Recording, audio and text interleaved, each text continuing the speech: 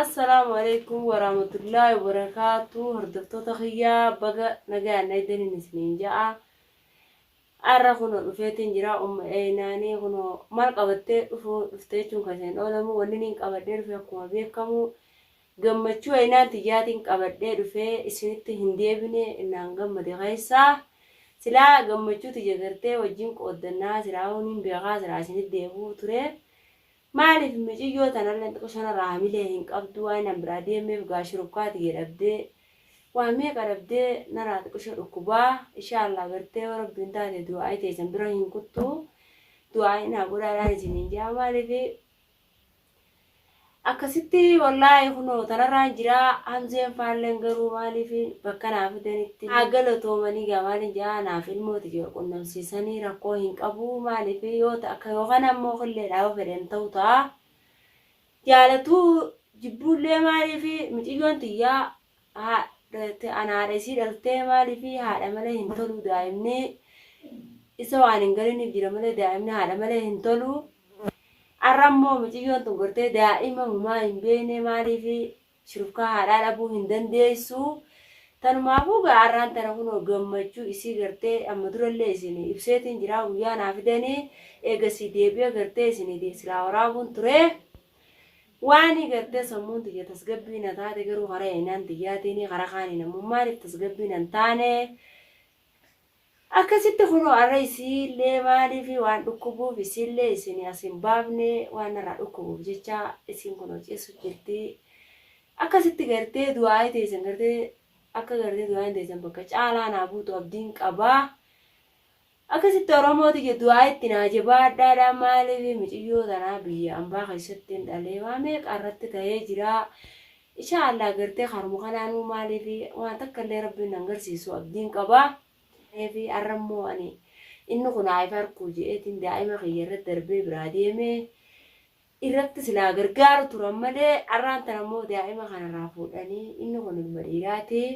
Miciyyoon mana qabe malee mana baanne tumamee yoo jiraate arra killeen wanni irratti tumame kun gartee waan biraa osoo hin ta'in bultii mana isaa irratti tumamee arra ilmoo isaa ilmooti ganaa fidee jechuu irratti jara ani itti ergadde gartee ani maaliif qaamaan itti dhaquu sodaadhee namatti ergadde gartee yoo garaan laafe jee ilmooti yoo na erga jeette ergadde ilmoo tana kan nuti dee ammoo maaliif akka ilmoo tana waan kan nuti dee naa galutti dee arrammoo ilmoo tana silaa kannee hin tumamu ture killeen gartee asoo ilmoo tana jaalatee namni guyyaa lama ilmoo arraan tana ilmoo namni yoo arraan tana fakkeenyaaf irraa fuudhe yoo haadharra jiraatte yoo haadhaan wal loluu baatan ilmoo fi dhale namni immoo akka yoo fedhallee ta'e dhaqee guyyaa lamaa miti guyyaa tokko irraa ooluu hin danda'u akka fayyetti yoo dirqamni raasuu gocha malee maaliif haadha ta'u abbaa ta'u.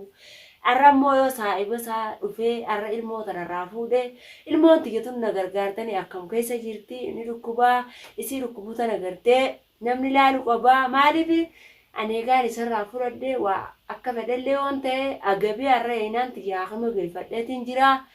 Inshallah daana harkattee jirti ni fayyiti maaliif waan dhibdeen goote maleedha waan dhibdeen goote gartee ni fayyiti jeetiin abdii qabaa arra uummanaan gartee. Aara qabdii fi maarree qabdii fi kana osoo hin ta'in an gammachuun qabaa. Tagartee bultii tiyyaatii fi tasaa gartee gaafa miciyyoon tiyya naa fayyitee gartee fayyitee fayyaa harkadhe gartee gaafa san gartee naa fi inni gartee waa'ee jaarsummaa fi jaartillee haasa'uu dandeenya. Arrammoo uummanaan deemtee ji'ee gartee ilmoo tana gartee arra namni yoo fuudhe uummanaan biran jirtu. Yoon anna bira jiraatte anniin dhalee akka fedhallee ta'u isii garaa ittiin jabaadhu. Isaan ammoo ilmoo qabanii daa'ima qabanii akka daa'ima akka isii kana ijoollee hedduu qabanii waan biyya namaa keessa jiranii biyya namaa keessa biyya fi jiraatanii rakkoo hin qabu ture. Ammoo maaliif jaartiin hamzeedha waan gartee daa'ima harkaa qabduuf daa'ima kanaa wajjin. Daa'ima isiitii fi daa'ima namaa waliin naannessuu hin dandeessu. Eenyummaanuu hin danda'u waa'ee dirqamummaa obbolummaatii fi gartee daa'ima namaa nama dirqamsiisa malee dirqamsiisa nama godha malee hin danda'u.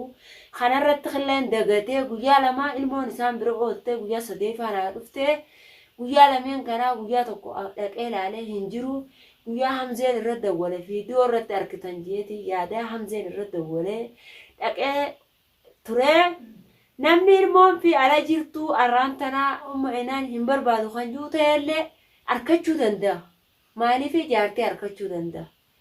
Ammoo ilmoo bakka ilmoo tanaa namaa buutu ilmoo harkattullee arkachuu hin dandeessu. Tanaa dura si furaa waa meeqa tanaa bakka meeqa si cufaa. Saniifuu ishiin duniyaa akkuma beekamu ni beektan jeetiin abdii qabaa. Isa bakka jirutti ilmoo irra gargaaru qaban malee ilmoo irraa fuudhu dogoggoranii jiran. Ilmi namaa garuu dogoggoranii jiran Oromooti agartee ani waan biraatiif osoo hin ji'in. Kanaaf dalleen isaa akka ta'u yoo ta'e fuutee inni kun rakkate jetteeti inni yoo fedhe dhiiraa gabaabsee yaadaa eega isiin bultii xiqqeetan agattee deemte jirreef haanni bal'ateef jechuudha. Kanuma haa ta'u garuu irraa fuudhanii humaatii miti wanni kuttee jirti gartee an maaliif irra darbee deeme arraa haa ifarkuu akka jecha namaa kanaanillee hin deemne waa ifarkee ilmoo tana gartee haadha malee namni danda'u hin jiru jee haa ifarku jeetiin ilmooti jee gartee dirqamni na darbisiisee biraa deeme asoo garaan kiyyana boo'u jiru iji kiyyana mimmaanii garaan kiyyana boo'u jiru dhiisee biraa deeme garaa kiyya sabbataan hidhadhee biraa deeme.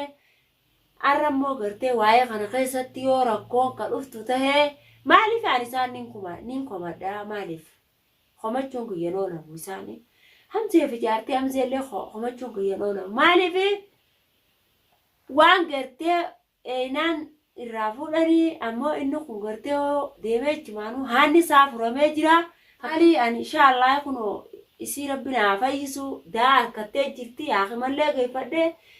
Waan inni gartee iddoo tanallee isiniif iddoo waraabinii fi kaleessa isinii waraabinii fi ani ilmoo tiyyaan haakama geeffachuu jira. Nyaanni natti hin goru maaliif ilmoon tiyyoo fayyaan harkatte malee dhugaatiin natti hin gortu hirriibni nan qabu tanaafin haakama geeffadhee dhufa gaafaan ilmoo tiyya gartee haakama geeffadhee da'aan harkatte fayyaa waliin naa dhaabu gartee ammaa qufaan naa daddeessiseetiif jira.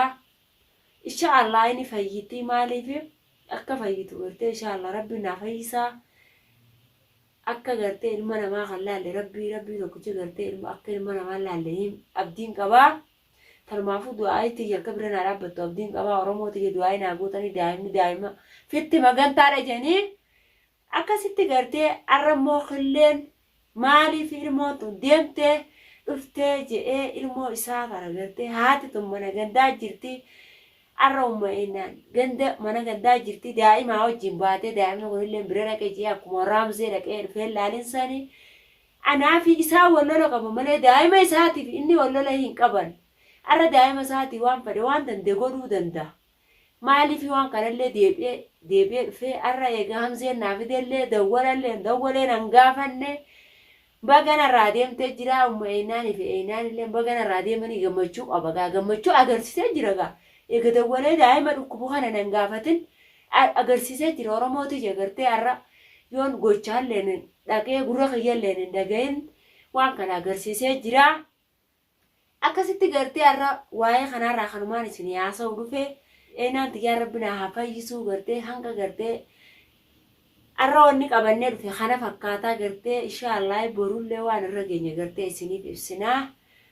Hanga viidiyoo biraa qabannee walitti deebinutti nagayaan naa turaadhaan isiniin jaa Oromoo tiyyaa. Assalaamu alaikum warahmatullahi wabarakatuh.